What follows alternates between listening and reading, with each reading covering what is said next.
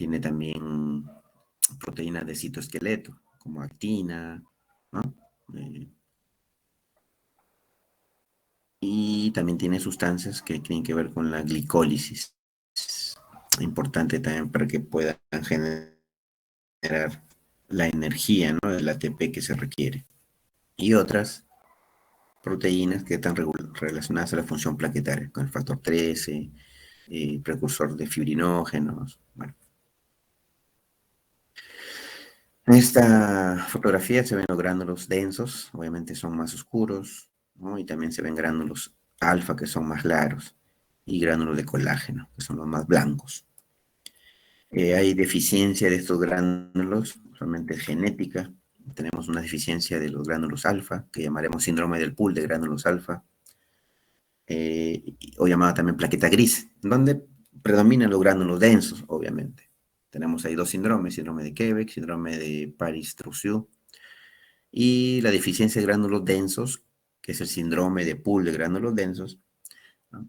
Ahí vamos a ver a dos patologías, ¿no? Dos síndromes, síndrome de Hermansky-Pudlak.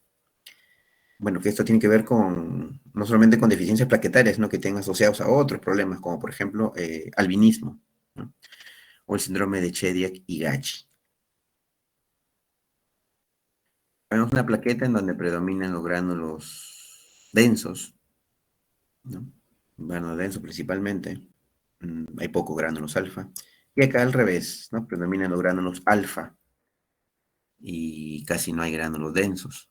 Más bien han sido reemplazados por gránulos de colágeno. La membrana plaquetaria es importante, ¿no? Tiene ahí varias glicoproteínas o integrinas, ¿no? Tiene la GP2B3A, por ejemplo, y la GP1B, importantes luego en la función de agregación y adherencia plaquetaria. Además que tiene otras proteínas, ¿no? Como la 5, la 1A, 2A, la 1C, 2A, la 3B. Estas son fotografías de los progenitores en la médula ósea, obviamente, ¿no? Estos megacarocitos granulares, cromocitógenos que podemos ver, son de gran tamaño, ¿no? En la médula ósea. Ya sabemos que esto ya por endomitosis se van a seccionar, se van a dividir y van a dar origen a estas pequeñas fracciones de citoplasma, ¿no? Rodeada de membrana, obvio, eh, que van a ser las plaquetas, pequeñitas. Este es un frutidilámina periférica, pequeñitas en relación al glóbulo rojo, por ejemplo. La función plaquetaria está modulada por algunas sustancias, y una de ellas es el calcio, muy importante, ¿no? La activación y la agregación plaquetaria es calcio dependiente, ¿no? Y la salida o la entrada del calcio al sistema canalicular o al citoplasma está regulada por el AMP cíclico. El AMP cíclico regula esta bomba de calcio, ¿no? Y esta bomba de calcio va a almacenar en el intracelular el calcio en el sistema canalicular o lo va a liberar al citoplasma para que active a otras proteínas, ¿no? Si el AMP cíclico aumenta, o sea, no genera AMP, por lo tanto la bomba de sodio, perdón, de sodio no, sino la bomba de calcio, eh, se va a ver, digamos, va a dejar que el calcio quede en el retículo, ¿no? O en el sistema canalicular, entonces se va a inhibir la plaqueta. Entonces, si el MP cíclico aumenta, la plaqueta se ve inhibida, va a haber inhibición plaquetaria, no va a haber agregación plaquetaria, ¿no? Esos procesos se van a truncar. Pero si el MP cíclico disminuye, ¿no? La plaqueta se va a activar más bien. Hay otras sustancias como la prostaciclina, que es la prostaglandina I2, que va a estabilizar la plaqueta y la va a inhibir, ¿no? O sea, va a inhibir la agregación plaquetaria. Y por otro lado, tenemos el tromboxano A2. Este tromboxano A2 más bien va a tener función de estimulación de la agregación plaquetaria. ¿Por qué? Porque va a inhibir la adenosiclasa y también va a favorecer la vasoconstricción, ¿no? Y la vasoconstricción obviamente es un factor que produce mayor agregación plaquetaria. Sin embargo, por otro lado, ¿no? El óxido nítrico va a ser un vasodilatador y por lo tanto va a agregar va a inhibir la agregación plaquetaria. ¿Por qué? ¿Por qué? Porque este óxido nítrico va a estimular la síntesis de GMP cíclico y esto va a ser un factor inhibitorio de la hidrólisis de la MP cíclico. O sea, no se va a hidrolizar la MP cíclico, la MP cíclico va a incrementarse, como acá está, ¿no? Y por lo tanto se inhibe la activación plaquetaria. En este gráfico vamos a ver algunos eventos que suceden, ¿no? Entonces, este calcio que va a estar acá en el en el tubular, perdón, en el sistema tubular, ¿no? En el citoplasma, en la plaqueta, en este caso, no está libre, está ahí almacenado, ¿no?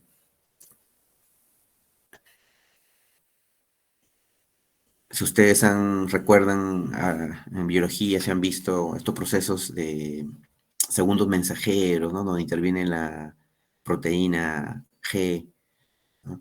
Eh, también van a activarse también en esta plaqueta, en las plaquetas, ¿no? Aquí esto es importante, ¿no?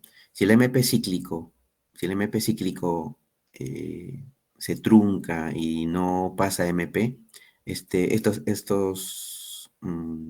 eventos se quedan, ¿no? No se desarrollan y por lo tanto se inhibe la agregación plaquetaria. Pero si todo maquinaria de MP cíclico comienza a activarse, se pasa MP cíclico a MP, el ATP, bueno, se usa, ¿no? Y en las bombas de calcio, este calcio es liberado al citoplasma y va a activar a las proteinquinasas, o al fosfatidilinositol, o a la fosfolipasa A2, ¿no? Por un lado, esta proteinquinasa va a hacer que se muestren, ¿no? Se muestren las proteínas en la membrana de la plaqueta, como son la GP2B3A y el fibrinógeno, que va a ser importante en la agregación plaquetaria y en la formación del coágulo primario, ¿no? Pero por otro lado, la fosfolipasa A2, que es una proteína, ¿no? Una enzima, queremos decirlo así, va a originar todas estas cascadas de formación desde el ácido araquidónico, ¿no? Que está acá en las membranas, ¿no? Eh, de origen en los fosfolípidos. Utilizando fosfolípidos se va a formar ácido araquidónico y finalmente también se va a formar tromboxano A2, que como he dicho, el tromboxano A2 va a ser un estimulador de la agregación plaquetaria. Un estimulador de la agregación plaquetaria. En los últimos años se ha descubierto otras proteínas que tienen que ver con la función plaquetaria. Y es esta de acá, lo que tiene un nombre largo, un nombre raro. No raro, no, es medio complicado, ¿no? Que es la diacilglicerol, ¿no? Reguladora del factor 1 de intercambio del nucleótido de guanina, así se llama, ¿no? Y que tiene que ver más que todo con la estimulación y formación de proteína quinasa y de acilglicerol, y que estas van a ser como estimuladora de todas estas eh, glicoproteínas o proteínas de los microtúbulos que están en, en la plaqueta, ¿no? Para que se expresen, para que se expongan en la membrana. Y hay otra que es la ROA, ¿no? Esta ROA se ha vinculado a activación de todas estas proteínas también para que cambie de forma la plaqueta y hayan cambios que favorezcan la secreción de los gránulos plaquetarios.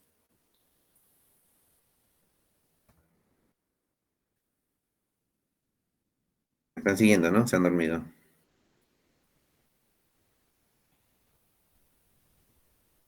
Sí, doctor. Ah, Sí, ya. doctor. Dos nomás están sobreviviendo. Muy bien, no importa. Bueno, mencionamos a la fosfolipasa 2, ¿no? Que tiene que ver, bueno, su activación, ¿no? Tiene que ver con el calcio y también con proteína G. Bueno, esta fosfolipasa 2, a partir del fosfolito de la membrana, va a formar ácido araquidónico, hemos dicho. Y este ácido araquidónico va a originar tromboxano, ¿no? Obviamente, previamente a eso van a actuar unas enzimas, como es la ciclooxigenasa, ¿no? Y la sintetazo, y la tromboxano sintetasa.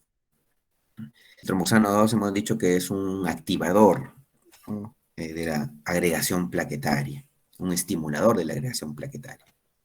Y por otro lado, en el endotelio, ¿no? Se forma prostaciclina, ¿no? Contando con la prostaciclina sintetasa, ¿no? Que más bien hace lo contrario que el tromboxano 2. Mientras que el tromboxano 2 es un activador de la agregación plaquetaria, un estimulador, este es un inhibidor de la agregación plaquetaria. Pero son dos lugares diferentes, uno en la plaqueta y otro en el endotelio. Condos. Aquí es algo importante, como ven acá dice aspirina, ¿no? En realidad es ácido acetil salicílico, ¿no? El ácido acetil salicílico es un inhibidor de la ciclooxigenasa, ¿no? Y por lo tanto va a inhibir el paso de ácido araquidónico a estos componentes. En la plaqueta, por ejemplo, el ácido acetil salicílico va a ser un inhibidor entonces de la agregación plaquetaria, ¿no? Porque va a truncar este paso, ¿no? De ahí bueno, la importancia en farmacología. Acá vemos lo que pasa en la plaqueta y lo que pasa acá en la célula endotelial. Mientras que en la plaqueta es importante porque se va a formar tromboxano 2, ¿no? A partir de toda esta secuencia de fosfolipasa 2 y ácido araquidónico, en la célula endotelial va a ser importante porque se va a formar prostaciclina. Ambos van a tener efectos distintos, hemos dicho, ¿no? Mientras que la tromboxano 2 mejora, estimula la agregación plaquetaria, en la célula endotelial la formación de prostaciclina más bien va a inhibirla. Y esto va a ser una especie de balanza, ¿no? Regulación, una regulación. Eh, También hay otros que, así como el ácido acetilsalicílico, también hay inhibidores de COX-2, ¿no? Que son inhibidores de la ciclooxigenasa, justamente. Ahora tenemos, ¿no? Por ejemplo, habrán escuchado de celecoxib, etoricoxib, ¿no? Y actúan, pues, como antiinflamatorios, ¿no? ¿Por qué? Porque también inhiben estas vías que también funcionan, ¿no? En la inflamación. No solamente están relacionadas a hemostasia, sino también a inflamación. Hablando de hemostasia, ¿no? Que es donde interviene la plaqueta, las plaquetas, tenemos que estas tienen varias fases. Tenemos una fase vascular, una hemostasia primaria y una fase de hemostasia secundaria. Cuando hay una lesión de un vaso, un capilar, en la cual hay bueno, salida, ¿no? de sangre, obviamente, ¿no? De este capilar, lo primero que va a suceder va a ser una vasoconstricción rápida, refleja, ¿no? Tratando de disminuir el flujo sanguíneo y haciendo que algunos componentes se acumulen más en algún lugar, ¿no? Porque disminuye el flujo sanguíneo, ¿no? Es una respuesta miogénica, también una respuesta neuronal y humoral, porque también hay algunos factores ahí, como por ejemplo adrenalina y noradrenalina, que rápidamente se secretan y hacen que el vaso disminuya de calibre, ¿no? Pero obviamente eso no va a parar un sangrado, necesariamente, sino que va inmediatamente a darse otro paso que es la hemostasia primaria, donde se va a formar el tapón primario, que es justamente, está constituido por plaquetas primariamente, ¿no? Y luego la hemostasia secundaria, en lo cual ya se activa la cascada de coagulación, que no hay fibrinógeno ni fibrina, y ya se hace un coágulo más compacto, no solamente de plaquetas, sino también de otras células que pueden estar formando ese coágulo.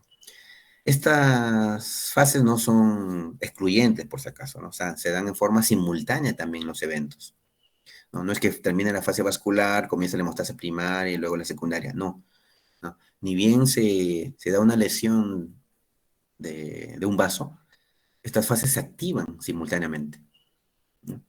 Pero obvio, ¿no? Lo primero que va a-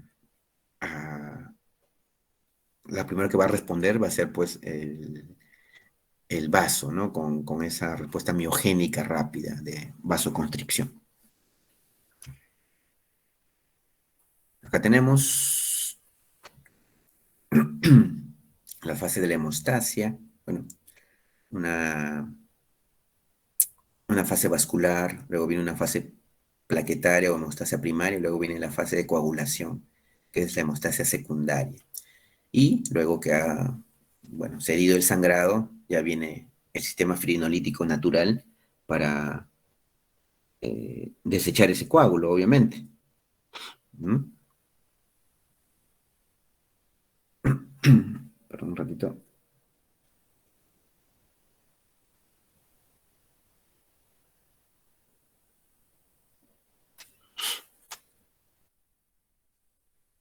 Acá tenemos otro diagrama de la formación de los coágulos. ¿Hasta qué hora tienen tiempo, muchachos? ¿Todavía tienen tiempo? Sí tenemos tiempo, doctor. Para continuar. Ya. Entonces, acá tenemos un capilar, ¿no? Un endotelio que ha sido lesionado. ¿No? Esto va a liberar, o sea, ese endotelio que ha sido lesionado libera unas sustancias, ¿no? Que son procoagulantes. ¿No? Eh, Comienza pues a agregarse, ¿no? Algunas células, en este caso plaquetas. ¿Por qué? Porque este endotelio que está ahí desvestido, digamos, tiene también algunos receptores, proteínas que se adhieren a otras proteínas de la membrana plaquetaria, ¿no? Pues, sin embargo, no solamente es eso, sino que se liberan otros, como por ejemplo la tromboplastina tisular, ¿no? Que luego va a generar protrombina y trombina, ¿no? Que bueno, luego va a tener que ver en la formación de un coágulo más compacto, donde interviene la fibrina, ¿no? También se liberan ADP, por ejemplo, ¿no? Y bueno, como le digo, esto es simultáneo, ¿no? Se van dando los eventos en forma simultánea hasta tener un coágulo compacto, grande, con plaquetas, con glóbulos rojos, donde hay fibras de colágeno, perdón, de fibrinógeno, que se han convertido en fibrina para formar una especie de una malla en ese coágulo, ¿no? Y hacerlo más retraído y más compacto. Y así se detiene la sangre porque digamos, se trata de parchar esa lesión.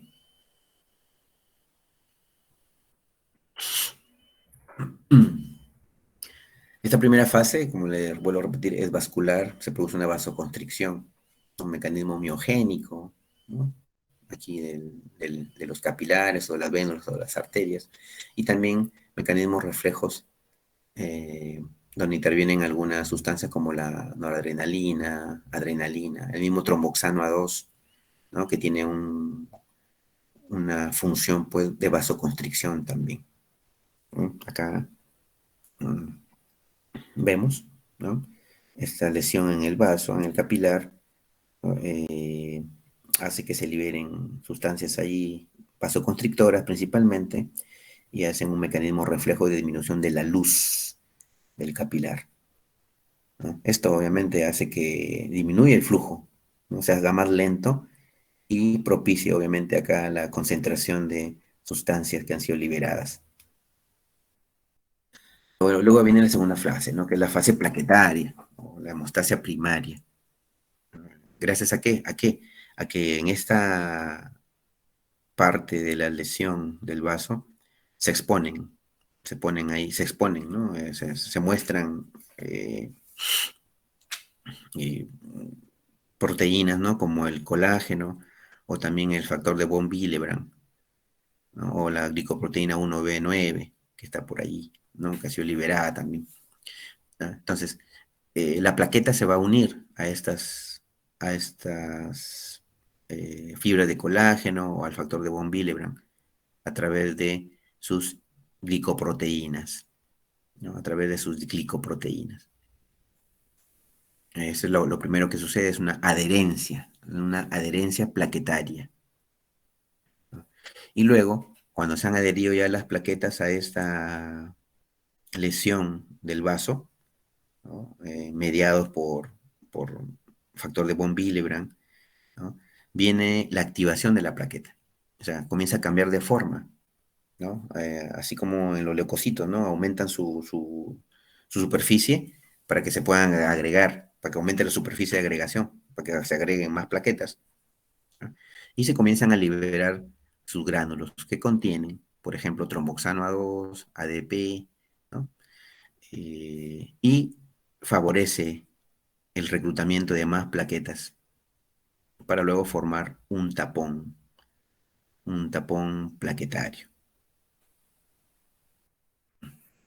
Entonces, en en este endotelio, ¿no? Que está lesionado, se exponen fibras de colágeno, se expone factor de von Willebrand, por ejemplo, y ahí es donde se adhiere la plaqueta usando su glicoproteína 1B, por ejemplo, ¿no? 1B, ¿no? Se adhiere. Sabemos que la plaqueta pues tiene otras glicoproteínas, ¿no? Como la 2B3A, por ejemplo, ¿no? Que va a ser importante después, ¿no? Entonces, la plaqueta se adhiere, se activa, ¿no? Comienza a cambiar de forma, se activan todos sus mecanismos donde interviene el AMP cíclico, el calcio, fosfolipasa 2, eh, proteinquinasa, ¿no? Y se comienzan a secretar sus gránulos, tanto los densos como los alfa, ¿no? Y ya hemos visto que las diversas sustancias que tienen esos gránulos, que la mayoría son, obviamente, son procoagulantes, ¿no? La mayoría, ¿no? Porque también tienen inhibidores de la coagulación. Una vez que se han degranulado, todas estas sustancias que se han liberado acá, como el tromboxano A2, la serotonina o el ADP, hace que se vayan agregando más plaquetas una tras otra. En este caso ya interviene la GP2B3A, ¿no? La GP2B3A hace que se vayan juntando plaqueta tras plaqueta. Bueno, en esa activación ya hemos dicho, ¿no? Todos los cambios que se dan. Acá en esquema vemos un endotelio lesionado que está mostrando las fibras de colágeno y también ahí vemos el factor de von Willebrand. El factor de von Willebrand es como un intermediario, ¿no? Para que se pueda unir la GP1B, ¿no? 1B9, ¿no? De esta plaqueta al endotelio, ¿no? Acá vemos otra plaqueta que se ha adherido a través del factor de von Willebrand y la GP1B9. Y por otro lado, vemos las proteínas que tiene como la GP2B3A, que van a servir para que se agregue más plaquetas una tras otra, o una sobre otra, si queremos, ¿no? Entonces, esta activación plaquetaria hace que cambie la plaqueta, ¿no? Sufra una metamorfosis, ¿no? Y favorezca la agregación plaquetaria, junto, obviamente, a la secreción de sus gránulos, ¿no? Y de esta forma que tenía, ¿no? Algo esférica, ovalada, que parece una galletita de agua, ¿no? Pasa a ser esta, ¿no? Dismórfica, ¿no? Con prolongaciones citoplasmáticas, obviamente para mejorar la superficie de contacto, de, de adherencia o de superficie para que se puedan juntar o agregar más plaquetas. Estos son mecanismos complejos, ¿no? Bueno, que bueno, los tratamos de entender en una forma más didáctica. La MP hemos dicho que tiene vital importancia en la plaqueta, ¿no? El MP cíclico provoca, mira, diversos efectos. Disminuye la unión de la trombina, disminuye la formación de acilglicerol y el inositol trifosfato, inhibe la ciclooxigenasa plaquetaria, ¿no? Inhibe las señales de diacilglicerol que evitan, bueno, la activación de la proteinquinasa, ¿no? y inhibe también la polimerización de actina y expresión de los receptores de fibrinógeno. Obviamente, todas estas funciones nos hacen ver que el AMP cíclico inhibe la agregación plaquetaria. Pero, el exceso de AMP cíclico, ¿no? Inhibe la agregación plaquetaria. Entonces, en esta metamorfosis que es importante que deba pasar en la plaqueta, hay cambios de forma, formación de estos pseudopies o pseudópodos, gracias a la polimerización de la actina, ¿no? En el sistema de microtúbulos que también tiene, que Uniformes. obviamente va a permitir un Uniforms. contacto mejor entre ellos. Y es así, como que cuando se activa la plaqueta cambia de forma, ¿no? De ovaladita que era o redondeadita que era, cambia a esta dismórfica. Y así es, ¿no? Así es una plaqueta, ¿no? Activada, ¿no? Este no es un gráfico, son microfotografías, ¿no? Que han sido tomadas, ¿no? Se ven así sus brazos, ¿no? Diferentes, que no tienen forma, aumenta la superficie. Y estos gráficos son para que vean cómo es importante el factor de von Willebrand. Y esto para luego cuando vean también alteraciones en la hemostasia, cuando hagan fisiopatología, cuando hagan medicina interna, porque la deficiencia de factor de von Willebrand va a determinar discrasias sanguíneas, ¿no? Bueno, endotelio, que ha sido lesionado, ¿no? Se muestran el colágeno y el factor de von Willebrand como intermediario para que se una a la GP1B, ¿no? Y también puede ser también a la GP2B, 3A. Y luego se van agregando encima de estos más plaquetas utilizando a la GP2B3A o también como intermediario a veces al factor de von Willebrand.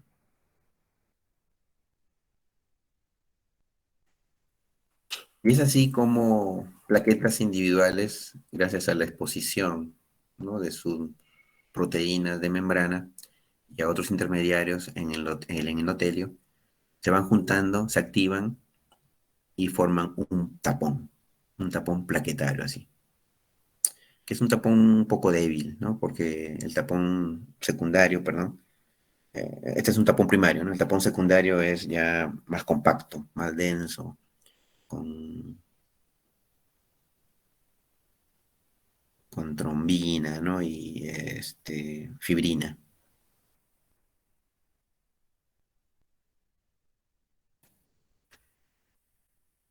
Ah, como decíamos, la agregación plaquetaria tiene agentes inductores, ¿no? Los primeros que se secretan en el vacío lesionado es adrenalina, noradrenalina, serotonina, pero también puede haber radicales libres, vasopresina.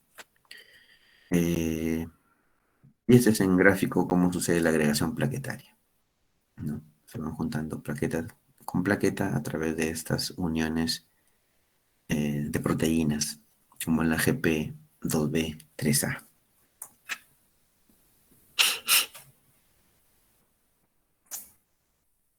Ya lo hemos dicho, cómo se van activando las fosfolipasas y cómo es que a partir del ácido araquidónico tenemos finalmente tromboxano A2 que va a actuar en la plaqueta y en las células endoteliales tenemos la prostaciclina o prostaglandina I2, ¿no? Simultáneamente se van dando cambios en la plaqueta, ¿no? Esa metamorfosis plaquetaria que es importante.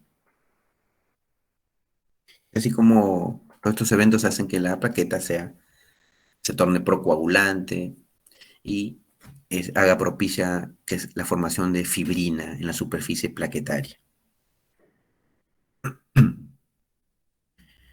Bueno, estas son las fases de este proceso, ¿no? de formación de un trombo plaquetario. La adhesión plaquetaria, luego viene la secreción de sus gránulos, luego viene la agregación plaquetaria y finalmente la formación de un coágulo plaquetario. Pero hay alteraciones también, ¿no? O sea, todo no es lindo, todo no es color de rosa. puede haber también alteraciones, ¿no? Puede haber alteraciones que, por ejemplo, nos den déficit de la GP2B3A. Por ejemplo, en la tromboastenia de Glaxman, ¿no? No se forma adecuadamente esta GP2B3A y por lo tanto no se va a dar la agregación plaquetaria. Quizás se adhieran acá porque tiene la GP1, ¿no? Pero no se va a dar la agregación plaquetaria y ese coágulo obviamente no, plaquetario no se va a formar. Y por otro tenemos el síndrome de Bernard-Soulier, ¿no? El síndrome de Bernard-Soulier es deficiencia de GP1B. Y el GP1B, si falta, ni siquiera la plaqueta se va a adherir acá a este vaso lesionado.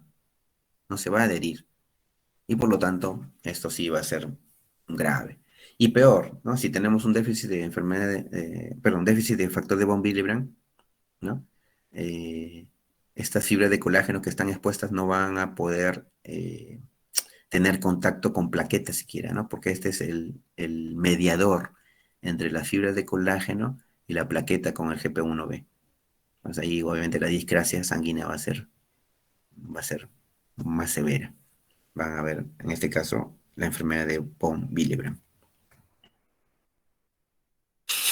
Otra vez, para que vean, ¿no? La trombocenia de Gladbach, que era la deficiencia de GP2B3A, ¿no? Obviamente es una enfermedad genética, hereditaria, en las cuales no va a ser posible la agregación plaquetaria y tampoco la retracción del coágulo.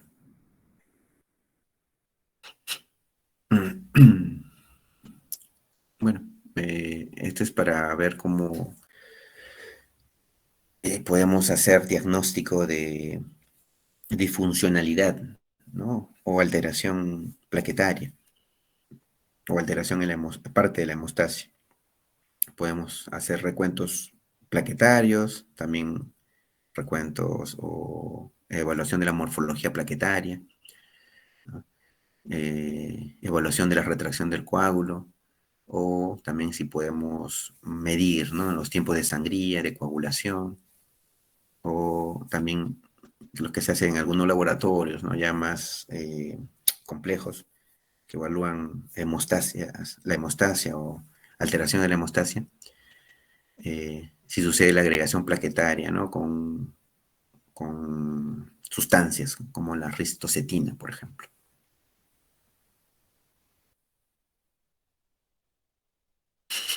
Otra vez, tenemos acá el endotelio que está descubierto por una lesión. Tenemos fibra de colágeno, tenemos acá el factor de von Willebrand, tenemos acá la glicoproteína, ¿no? La GP1B, que va a adherirse al factor de von Willebrand, ¿no? Si hay deficiencia, como el síndrome de Bernard-Soulier, no hay adherencia, ¿no? O si no hay factor de von Willebrand, como en la enfermedad de von Willebrand, no hay adherencia tampoco. Por otro lado, repitiendo, ¿ya? ¿No? La deficiencia de Glassman o trombastenia de Glassman, donde no hay GP2B3A y por lo tanto no hay agregación plaquetaria. Y también hay otras sustancias, ¿no? En farmacología lo pueden ver, ¿no? Como el abscisimab o el tirofiban, que también van a inhibir, ¿no? A estas proteínas, bueno, evitando la agregación plaquetaria. Por otro lado, también tenemos el clopidogrel o el aticlopidina o el plazidogrel, que van a inhibir a estos receptores de ADP, ¿no? Que son importantes para que, digamos, se agreguen las plaquetas. Y por otro lado tenemos la aspirina o el ácido acetilsalicílico o los inhibidores de la COX, que van a truncar toda esta vía de ácido araquidónico, ¿no? Que van a evitar que se forme tromboxano A2 y por lo tanto también evitan la agregación plaquetaria. Mm, bueno, esto es para que se explique, ¿no? Cómo sucedería si faltara alguno de estas sustancias, como es el factor de von Willebrand o la GP1B, ¿no? Bueno, no se formaría ningún coágulo y la discrasia sanguínea sería mayor.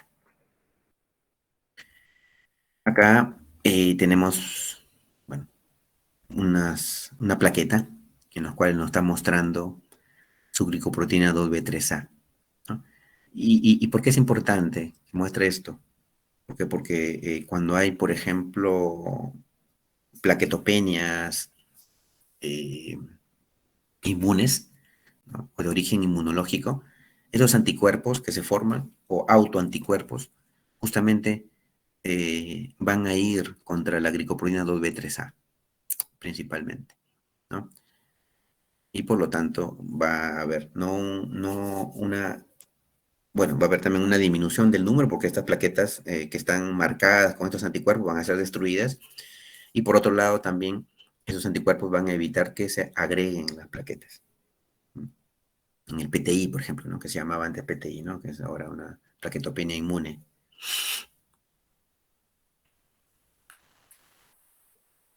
La secreción plaquetaria, hemos dicho, ¿no? Estos gránulos densos contienen todas estas sustancias importantes, por ejemplo, la ADP, la serotonina, ¿no? Eh, y los gránulos alfa, que contenían mucho más sustancias, ¿no? Que intervienen en la coagulación, hacen posible pues, todas estas funciones plaquetarias.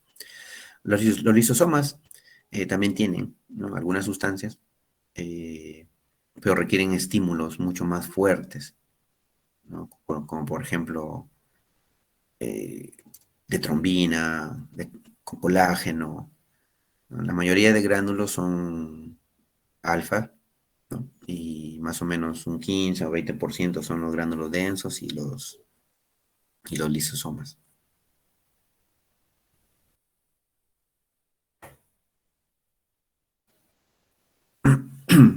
Acá también los, los controladores, ¿no? de esta formación de los trombos. Hemos dicho prostaglandina I2, cuál es su función y dónde se forma. Y tenemos la fosfodiesterasa, ¿no? Que va a degradar al AMP cíclico, ¿no? Por lo tanto, como hemos dicho, si el AMP cíclico disminuye, van a ser más bien promotores de la activación plaquetaria. Entonces, mientras que el óxido nítrico es un vasodilatador, por lo tanto es un antiagregante plaquetario. En la tercera fase de la coagulación ya viene la formación de la hemostasia, del tapón secundario, ¿no? O hemostasia secundaria. Acá intervienen todas esas cadenas o cascada de la coagulación, de factores de la coagulación, en donde se activa pues la protrombina, se forma trombina y finalmente se forma fibrina, que es esa especie de malla, ¿no? Que va a hacer que se agreguen tanto plaquetas como glóbulos rojos y formen un tapón secundario. Ujú. Y la hemostasia secundaria, bueno, es estimulada por un factor, el factor tisular del endotelio, ¿no? Que hace pues que se comiencen a activar diversas proteínas, ¿no? Como es la trombina y la fibrina, ¿no? Finalmente lo que nos importa es que se forme fibrina, se polimerice a partir del fibrinógeno y se forme fibrina y haga esta especie de malla, ¿no? Sobre estas células. Esta es la cascada de coagulación. Tenemos una vía extrínseca, ¿no? Donde hay un daño endotelial y aquí se libera el factor tisular y se da toda la cascada, ¿no? Hasta llegar a fibrina. Y una vía intrínseca, que es estimulada por el contacto, ¿no? de, de proteínas, ¿no? Como son, por ejemplo, el factor de coagulación 12 o la calicreína.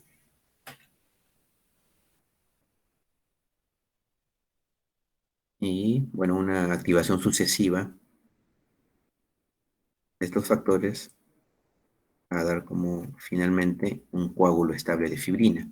La vía extrínseca, que se inicia con el factor tisular, y la vía intrínseca con el factor 12, ¿no? Y acá cada vía, digamos, la vía intrínseca y la vía extrínseca van a tener un final, digamos, común, ¿no? Que en realidad es la vía común. Y acá, con la formación del factor 10 o la activación del factor 10, que luego va a activar al factor 2, que es la protrombina, y luego van a dar lugar a la fibrina. Todo es una activación en cascada del factor 12 al factor 11, al factor 9, ¿no? Va a dar origen acá al factor 10 activado, por un lado, y el factor tisular va a activar al factor 7 y al 8, y va a dar lugar luego también a la activación del factor 10.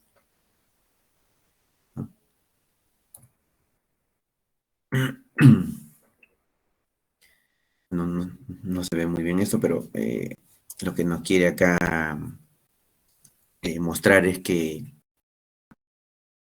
se forma un coágulo, nuestro organismo también tiene un sistema fibrinolítico natural. O sea que una vez que el sangrado ha cesado y se ha reparado también el endotelio, el coágulo ya no tiene una función y tiene que ser eliminado, ¿no?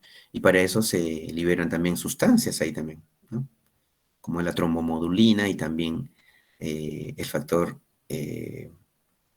activador de plasminógeno, ¿no? Uno va a inhibir la cascada de coagulación y el otro va a fibrinolizar, ¿no? Va a alisar el coágulo.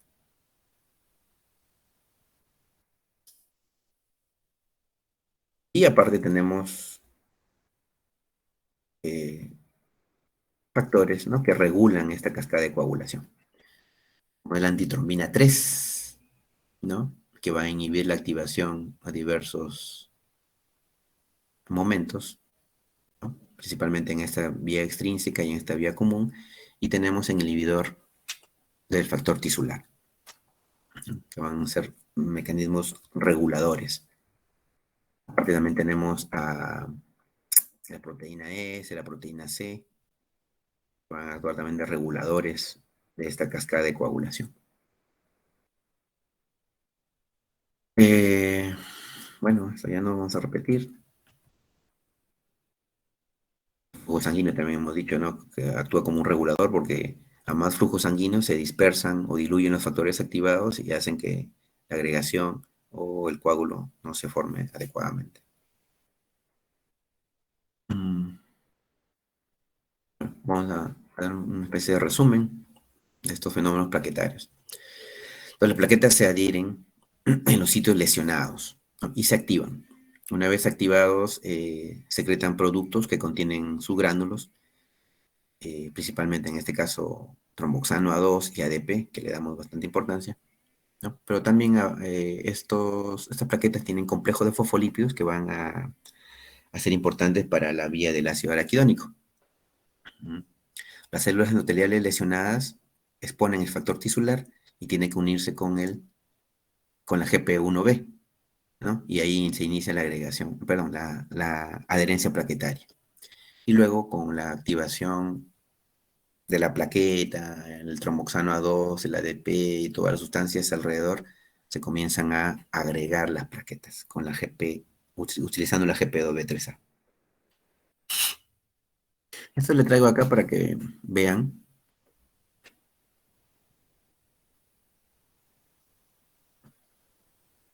Un momentito.